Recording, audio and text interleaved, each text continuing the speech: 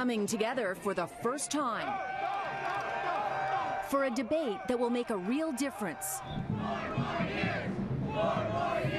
For real people. There's no space for you on this train. I do apologize, but stand clear of the doors. It's almost been every day that there's been delays. With real issues. It's really Mad Max type stuff that's going on down here, and nobody seems to really want to have the stomach to deal with it. Searching for real answers. I'm just really feeling very helpless and kind of at a loss right now. City Vote, the debate, begins now. Good evening, I'm Cynthia Mulligan. It is going to be quite a night in provincial politics here this evening. We have supporters here from each political party, each trying to give a boost to their leader. We also have protesters here as well. You are watching City Vote, the debate.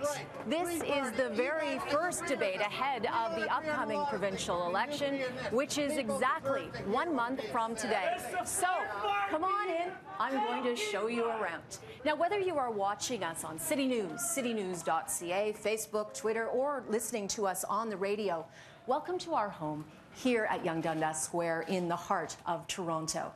And we're doing things a little bit differently here in this debate. The people that will be asking the leaders critical questions are faces that you have seen from our City News stories over the past few months. Each has a personal connection with the very real issues that are impacting Toronto that will be debated here this evening, and they are sitting in our audience here tonight.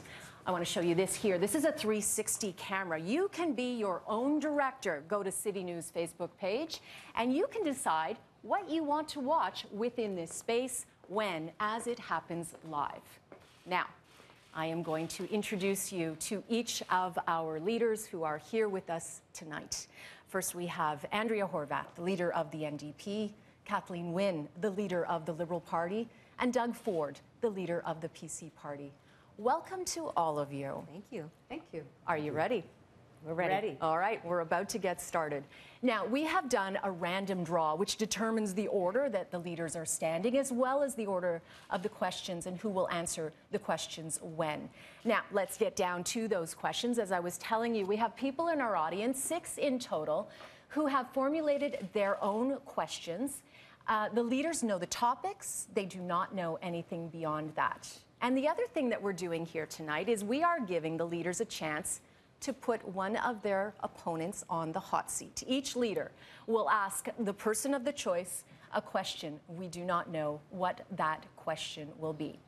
The ground rules, very simple. You each have 45 seconds to answer a question, followed by 3 minutes of debate. When you hear this sound, familiar? Everyone? Anyone who takes transit? That's a streetcar bell. That means when that bell sounds, your time is up. So, it's time to get started. Let's get this rolling. We are going to start with 60-second opening statements. Andrea Horwath, you are up, starting now. Thank you very much, Cynthia. I have to say I'm very excited to be here this evening to show folks that to this election, you really can choose change for the better. As we enter this campaign period, we have people lined up in hospital hallways. We have a hydro system that's been sold off, and the bills are skyrocketing. People are feeling the squeeze. Families are having a harder and harder time making a go of it. But it absolutely does not have to be this way. We can have a government that makes sure that our hospitals are there for people when they need them, that our schools are in a good state of repair, that people can get the dental care and the prescription drugs that they need, that families can afford child care. These are changes for the better. Mr. Ford is going to offer more cuts, which will only make life harder. It doesn't have to be that way. You can have a premier in our province that puts the people at the heart of every single decision that she makes, and that's my plan for the province of Ontario. Welcome tonight.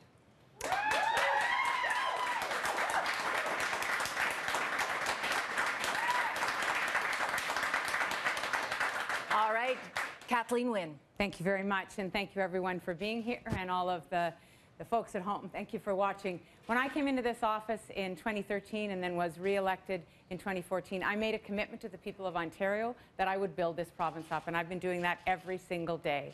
We have built 800 schools, 24 new hospitals. There is transit being built all around the province, roads and bridges. The economy is growing faster than other parts of the country, faster than the United States. And our unemployment rate is the lowest it's been in nearly 20 years. So we need to continue, and the next thing that we need to do is put more care in place for people.